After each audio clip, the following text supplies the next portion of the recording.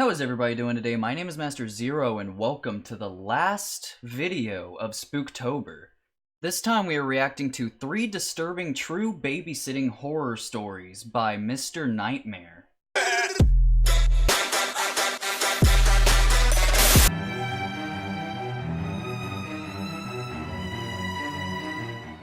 Alright, so first things first, thank you so much, Sab, for doing this suggestion. I appreciate all your suggestions.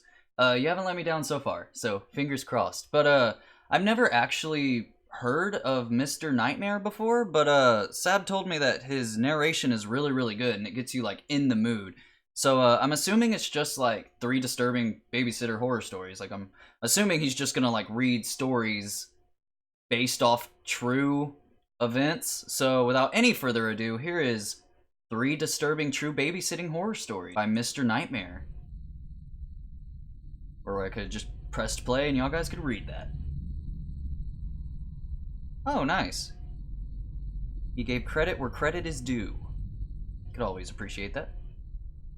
Up until the age of 12, oh, he's just going right into it. Okay. My parents always insisted I have a babysitter. I guess my being an only child had a lot to do with it. Probably. It might have gone on longer, but something happened with the last babysitter I ever had. He was 18 years old. His name was James. Hi, James. It was the second time he was watching me overnight. Okay. Looking back now, I can see him as a really awkward, creepy kid. He didn't really say much, and he apparently didn't know what personal space was. Okay. So anyway, I was watching my favorite TV show in the living room, and James came down from the room he was supposed to sleep in. He came into the living room and just sat down on the couch behind me. Behind you? He didn't say anything or make any noise creepy. after that. Not at all. So naturally, I eventually turned around to see him looking at me. It was weird. I don't remember if I found it creepy or not, but I do remember laughing shyly. Then I would have found that silence extremely asked disturbing. me if I wanted to play a video game. I wasn't really into video games. That was more of a boy thing. But oh, you're a girl. Anyway. Oh, that is 10 times more terrifying. terrifying. Xbox 360. It was weird that he even knew that was there, but nevertheless, I didn't ask anything. Maybe my dad told him about it. It's better not James end the way I went about think it's gonna setting up end. the Xbox in the living room, and he put on what I think was Halo 2. I wasn't Classic. much of a gamer, and it became obvious quickly since he killed me like 10 times in a row. Huh? In the game, right? James decided to take it upon himself to get up and show me how to play better. He grabbed both my hands and tried to mimic the controls so that I could get a feel for what buttons did what. It's really But creepy, the way man. He was standing so close, it made me a bit uneasy. His body was literally Do not like leaning where against this is mine, going. as his hands held mine while I held the controller. This went on for some time before I shyly said I don't like this game and wanted to stop. Should have done that like a long time He ago. looked upset. At the very And beginning. I said okay as he sat back down on the couch and continued to play on his own. I went upstairs to my room to watch TV, and at some point I fell asleep with the TV on. I know because I woke up to the glaring light of the TV in my dark room. As soon as I sat up, the springs in my mattress made a crunching noise. But Better not be underneath that James. sound, I could swear I heard a shuffling noise come from somewhere in my room.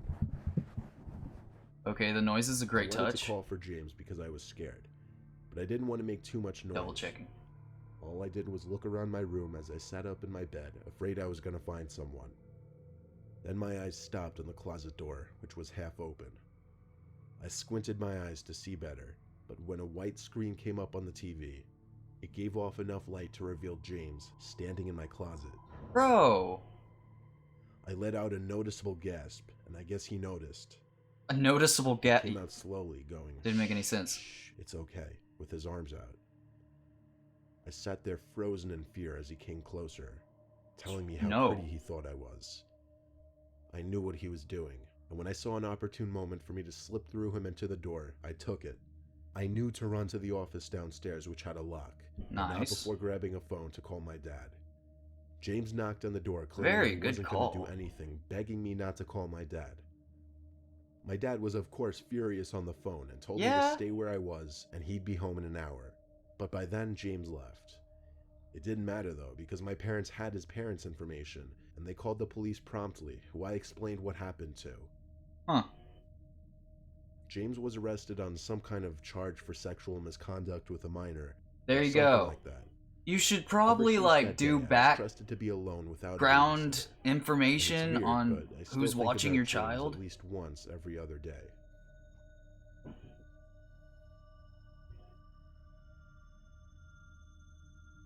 Was that the end? That was the end of story 1. I said goodbye to my mom. That was and very hung up the creepy, though. phone That was and walked up the stairs disturbing. to Tyler's house, the kid who I'd be babysitting. I greeted his mom at the door, who was in a hurry. She told me everything over the phone so that she'd be able to leave as soon as I got there. Cool. She hurried into the cab out front and headed off to the airport. Tyler was 5 years old. Hey, that's my name. So I knew Let's not go there. Would be a bit of a challenge. At first, I had to get myself accustomed to Tyler's behavior and ways of interacting. I was a terrific child, thank you. I would hear him talking to himself a lot in different rooms. Usually I'd assume he was playing, but sometimes it seemed like he was literally just talking to himself. What's wrong with that? I'd be watching There's something Tyler wrong with for the that? whole weekend. On the first night, I woke up to Tyler's laughing outside of the room I was sleeping in. I don't like kids laughing. I was confused when I saw the bedroom door open, because I knew I had closed it. I went to see where Tyler was. His laughs were coming from his room. A crack in the wood floor made his laughter suddenly stop, and then the light from his room suddenly went dark. And I heard him jump into bed. Talking to a demon there, buddy? I wasn't even halfway across the hallway yet. I still called out to Tyler to stay in bed. Then I went back to sleep. Fun. The next day I asked him what he was doing. Oh, there's more. I couldn't get much more of a response out of him than, I don't remember. For the rest of the day, I tried to play games and watch TV with him. He seemed more interested in playing in his room upstairs, though. As kids should do. I watch TV myself. Basically until the sun went down, minus making dinner and other smaller chores. Eventually the time came for bed, and I tucked Tyler in, making sure to tell him to stay in his bed this time. I went to sleep no more than an hour later.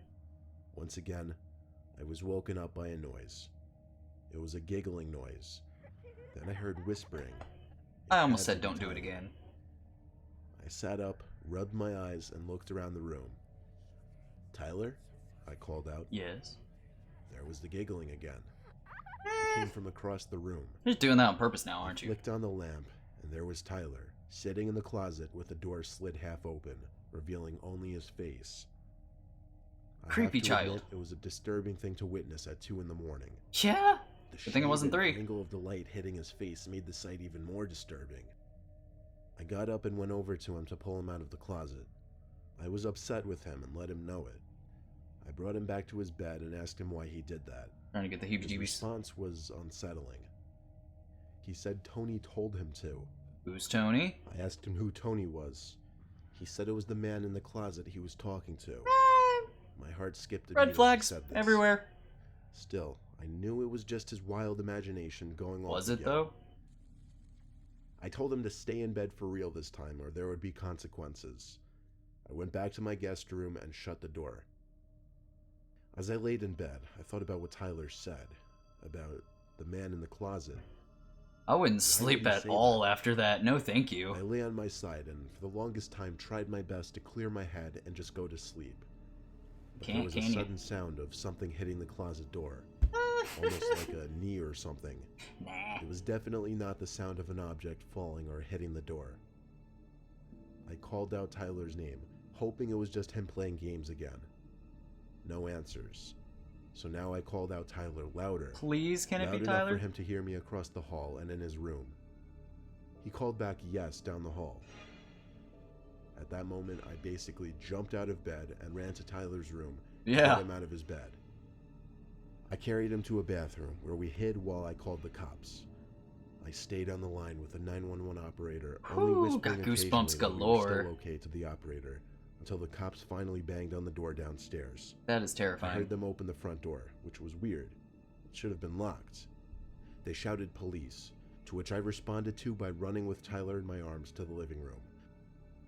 The rest of the story is history. The intruder in the closet who was talking to Tyler walked out the front door, and by the next day, that was the end of me and that family. It was a real person? I don't know whatever happened after that, but I hope that whoever was in that closet never returned to that house. Oh, do not like this. I mean, I love it, but Alright, down to the last story. Let's do this. Growing up, my brother and I always Save had the a best for last, I babysitter hope. during the week, and sometimes on the weekends, given that our parents both work full-time. I was around 10 years old when my little brother and I needed to be babysat on a Saturday night because my dad was working the night shift and my mom was in Italy. Italy? I refer to my brother as T. The man who would be T-Dog. babysitting us, who was named Keith by the way, actually knew my dad from work, and when my dad mentioned he had no one to watch us, Keith jumped into the conversation and volunteered to watch us. I'll do it. He didn't know Keith very well, apart That's what from I saying pictured. hi once in a while to him at work, but apparently he knew him enough to trust him with us. Why not? Trust It him was with your 6 kids. p.m., already dark out. Our dad walked up to Keith's front door with us and rang the bell. Right from the get-go, Keith seemed super friendly. A little overly friendly, always smiling no matter what he said. Joker. He and my dad talked for a while after introducing us. Keith seemed to be really nice because he kept trying to talk to T and I. When our dad T-Dog. left, Keith showed us around the house. T and I sat on the couch in the living room. T-Dog. I was excited to see a GameCube. Oh, snap. Keith stood by the doorway with a big smile on his face and his hands on his hips as Very he watched creepy. me getting all excited and hooking up the GameCube. While I played some Sonic game, Keith told T to come with him. He had some games and toys for him upstairs. They were up there for a while, and eventually I got bored of the game. I left the GameCube on, but I went upstairs to see what they were doing. No. The upstairs was pretty big. There was a wide hallway with a bunch of open doors, but there was one closed door. I figured they must be in there, so I opened the door to find a dark room lit up only by a computer screen. Don't. I walked over to the computer to see 2 camera screens on there. One of an empty room with a lamp on, the other with a room with T and Keith sitting on the floor playing with toys. I watched for a little bit and grew uncomfortable as I saw Keith inappropriately touching T, Aww. rubbing his shoulder really slow-like. I was hoping it wouldn't be that. Then I noticed Keith stop moving and just look at my brother with a smile on his face. T looked back at him. I'm sure he was so confused. They just looked at each other for so long. I could see Keith's mouth moving, so he must have been saying something. I clicked around on the screen to see if I could zoom in or get some kind of sound, and the scroller on the mouse did actually zoom the screen in. But as I did this, Keith's smile vanished and he looked up at the camera with terrifyingly wide eyes. I felt like he was looking at me. I hurriedly left the room and shut the door, casually walking down the hall calling T's name. Keith came storming out of the room down the hall and looked at me with a face a hell of a lot creepier than his smile. He asked in a firm, deep voice if I went into his room.